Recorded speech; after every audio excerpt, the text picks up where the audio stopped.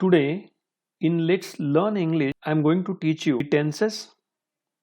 Actually, tenses is a very crucial topic in English language grammar. So I have divided this topic into some parts. In this presentation, I'm going to teach you part 1 of tenses, that is introductory, in order to understand the concept of the tense. Let's focus upon some examples.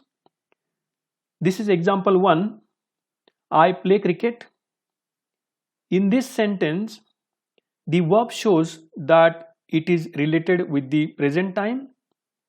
Present time means whatever is happening now. The second example is I played cricket. In this sentence, the verb of the sentence shows that this sentence is related to the past time. Past time means whatever has happened earlier.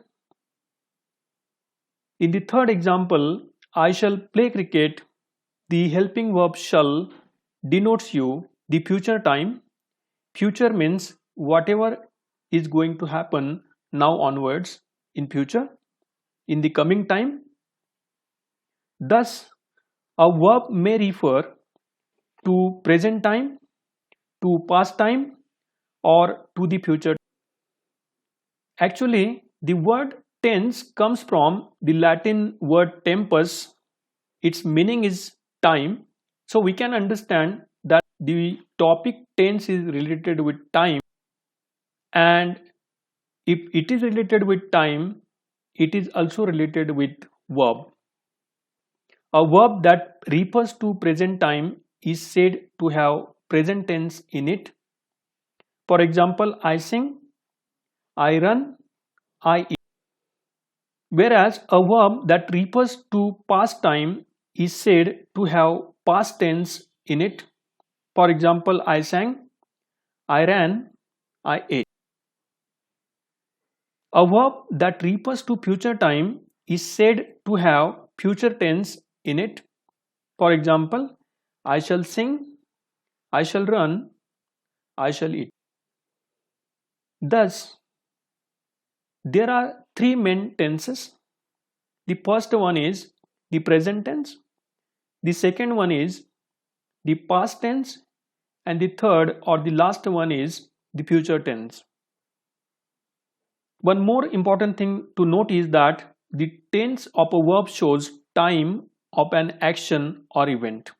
Here, please note the word time in relation with the verb and ultimately tense. Look at this example. I am writing a letter.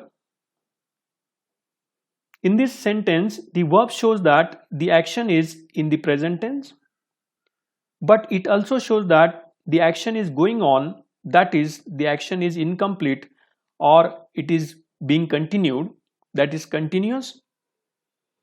In the second example, that is, I have written a letter, the verb shows that the action is in present tense, but it also shows that it is complete, finished, or perfect. To conclude, we can say that the tense of the verb tells not only the time of an action or event, but also the state of that action. In more sophisticated language, we can say that the verb tells us the status of action in tenses. Forms of the main tenses. We have seen that there are three main tenses. First one is present tense. It is having four forms, that is, four subtypes. The first one is the simple present tense. The second one is present progressive or present continuous tense. The third one is present perfect. The last one is present perfect progressive or present perfect continuous. In some books, you will find the word progressive, whereas in other books you will find the word continuous. Both are same. The second main type of tense is past tense. It is also having four forms. The first one is simple past tense. The second one is past progressive or past continuous tense. The third one is past perfect tense. And the last one is past perfect progressive or past perfect continuous tense. Similarly, the last main type of tense, that is future tense, is also having 4 forms or 4 subtypes. The first one is simple future. The second one is future progressive or future continuous tense. The third one is future perfect tense. And the fourth one, that is the last one, is the future perfect progressive or future perfect continuous tense. Dear all, in the next video, I shall teach you the present tense. In it, I will deal with the simple present tense along with its meaning, its examples, its sentence structure, as well as some activities.